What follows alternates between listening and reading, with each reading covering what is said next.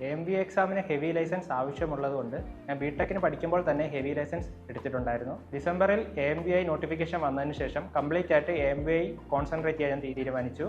MBA എക്സാമിന് mainly mechanical, automobile ഇങ്ങനെ 2 topics ആണുള്ളത്.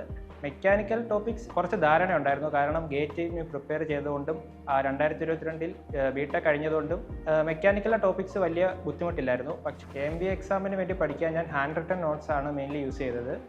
ഞാൻ ആദ്യമായി എഴുതുന്ന ടെക്നിക്കൽ PSC എക്സാം ആയിരുന്നു MBA. അതിനാൽ തന്നെ ഈ എക്സാമിൻ്റെ പാറ്റേണിനെ കുറിച്ച് എനിക്ക് ആദ്യമേ വലിയ ധാരണയില്ലായിരുന്നു. അച്ഛനാണ് എന്നെ ഹെവി ലൈസൻസ് എടുക്കാൻ പ്രോത്സാഹിപ്പിച്ചത്.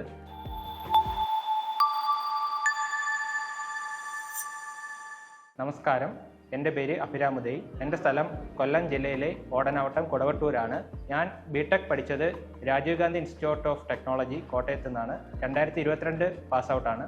എനിക്ക് ഇക്കഴിഞ്ഞ MBA എക്സാമിന് 40 റാങ്ക് കരസ്ഥമാക്കാൻ സാധിച്ചു. ഞാൻ ഈ MBA എക്സാമിനെ കുറിച്ച് മുമ്പ് തന്നെ കേട്ടിട്ടുണ്ടായിരുന്നു. നമ്മുടെ നാട്ടിലുള്ള അജീഷ് എന്ന് പറഞ്ഞ ഒരു ചേട്ടൻ MBA ജോലി ചെയ്യുന്നുണ്ട്. അങ്ങനെയാണ് ഈ എക്സാമിനെ പറ്റി അറിയുന്നത്.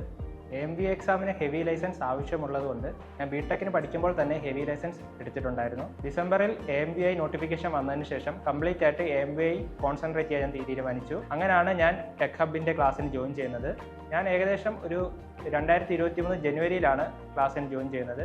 ഇവിടെ ഓഫ്ലൈൻ ബാച്ച് 3ലാണ് ഞാൻ ജോയിൻ ചെയ്തത്. MBA എക്സാമിന് മെയിൻലി മെക്കാനിക്കൽ, ഓട്ടോമൊബൈൽ ഇങ്ങനെ 2 ടോപ്പിക്സ് ആണുള്ളത്. മെക്കാനിക്കൽ ടോപ്പിക്സ് കുറച്ച് ധാരണ ഉണ്ടായിരുന്നു, കാരണം ഗേറ്റിന് പ്രിപ്പയർ ചെയ്തുകൊണ്ടും 2022 ബിടെക് കഴിഞ്ഞതുകൊണ്ടും മെക്കാനിക്കൽ ടോപ്പിക്സ് വലിയ ബുദ്ധിമുട്ടില്ലായിരുന്നു. പക്ഷേ ഓട്ടോമൊബൈൽ കുറച്ച് പാടായിരുന്നു. ഓട്ടോമൊബൈൽ ഞാൻ കംപ്ലീറ്റ്ലി പഠിച്ചത് ഒരു ടെക് ഹബിൽ വന്നതിന് ശേഷമാണ്. എൻ്റെ പഠനരീതി എന്ന് വെച്ചാൽ ഞാൻ ടെക് ഹബിൻ്റെ ക്ലാസ്സിന് വരുന്ന നോട്ട്സ് എല്ലാം കംപ്ലീറ്റ് ആയിട്ട് ഹാൻഡ് റിട്ടൺ നോട്ട്സ് തന്നെ എഴുതുമായിരുന്നു. ഈ നോട്ട്സ് ഉപയോഗിച്ചാണ് ഞാൻ മെയിൻലി പഠിച്ചത്. കൂടാതെ യൂട്യൂബിൽ നിന്ന് കുറച്ച് വീഡിയോസും കാണാമായിരുന്നു മോക്ക് ടെസ്റ്റിനൊക്കെ വേണ്ടി. ഞാൻ ആദ്യമായി എഴുതുന്ന ടെക്നിക്കൽ PSC എക്സാം ആയിരുന്നു MBA. അതിനാൽ തന്നെ ഈ എക്സാമിൻ്റെ പാറ്റേണിനെ കുറിച്ച് എനിക്ക് ആദ്യമേ വലിയ ധാരണയില്ലായിരുന്നു. ഇവിടെ ടെക് ഹബിൽ ജോയിൻ ചെയ്തതിന് ശേഷമാണ് സാറുമാരുടെ ഇൻസ്ട്രക്ഷൻസ് അനുസരിച്ച് പഠിക്കുന്നതും എക്സാം ക്രാക്ക് ചെയ്യാൻ എനിക്ക് സഹായിക്കുന്നതും. ക്ലാസ്സസ് മാത്രം അല്ല, മോക്ക് ടെസ്റ്റും വളരെയധികം സഹായിക്കും. കാരണം എനിക്ക് എക്സാമിനെ കുറിച്ചൊരു ധാരണയും ക്വസ്റ്റ്യനെ കുറിച്ചുള്ള ഒരു പാറ്റേൺ മനസ്സിലാവും മോക്ക് ടെസ്റ്റുകൾ വളരെയധികം സഹായിച്ചു. ഇവിടെ ടെക് ഹബിൽ എല്ലാ ദിവസവും നമുക്ക് ക്വസ്റ്റ്യൻസ് വർക്കൗട്ട് ചെയ്യാൻ തരുമായിരുന്നു. ഇത് വളരെയധികം സഹായിച്ചിട്ടുണ്ട്. ഈ ക്വസ്റ്റ്യൻസ് എല്ലാം ഞാൻ കളക്ട് ചെയ്ത് ഏകദേശം ഒരു 50-55 ക്വസ്റ്റ്യൻസ് തന്നെ എൻ്റെ കയ്യിലുണ്ടായിരുന്നു. ഇത് വളരെയധികം സഹായിച്ചിട്ടുണ്ട് നല്ല മാർക്ക് കിട്ടാനും നല്ല റാങ്ക് കിട്ടാനും. ഞാൻ സിലബസ് ഓറിയൻറ്റഡ് ആയിട്ടായിരുന്നു പഠിച്ചത്. ആദ്യമേ മെക്കാനിക്കലും ഓട്ടോമൊബൈലും കവർ ചെയ്തതിന് ശേഷമാണ് സ്പെഷ്യൽ ടോപ്പിക്സ് ഞാൻ പഠിച്ചു തുടങ്ങിയത്. ഇവിടെ MBAയുടെ സ്പെഷ്യൽ ടോപ്പിക്സിന് അവസാന പ്രത്യേക ക്ലാസ്സുകളുണ്ടായിരുന്നു. ഇത് വളരെയധികം സഹായിച്ചിട്ടുണ്ട്. ഇനി എക്സാം പ്രിപ്പയർ ചെയ്യുന്ന വിദ്യാർത്ഥികളോട് എനിക്ക് പറയാനുള്ളത്, നമ്മൾ സിലബസ് ഓറിയൻറ്റഡ് ആയിട്ട് പഠിക്കാൻ ശ്രമിക്കുക. മാക്സിമം സിലബസ് കംപ്ലീറ്റ് ചെയ്യുക. എങ്കിൽ നമുക്ക് നല്ല മാർക്ക് വാങ്ങാൻ സാധിക്കും. അതുപോലെ തന്നെ പഠിക്കുന്നതിനൊപ്പം തന്നെ ഇമ്പോർട്ടൻ്റ് ആണ് മോക്ക് ടെസ്റ്റുകൾ മാക്സിമം ചെയ്യുക എന്നുള്ളത്.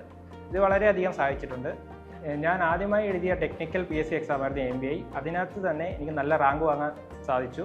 എന്നെപ്പോലെ എൻ്റെ വീട്ടുകാർക്കും നല്ല സന്തോഷമുണ്ടായിരുന്നു. പ്രത്യേകിച്ച് അച്ഛനാണ് എന്നെ ഹെവി ലൈസൻസ് എടുക്കാൻ പ്രോത്സാഹിപ്പിച്ചത്.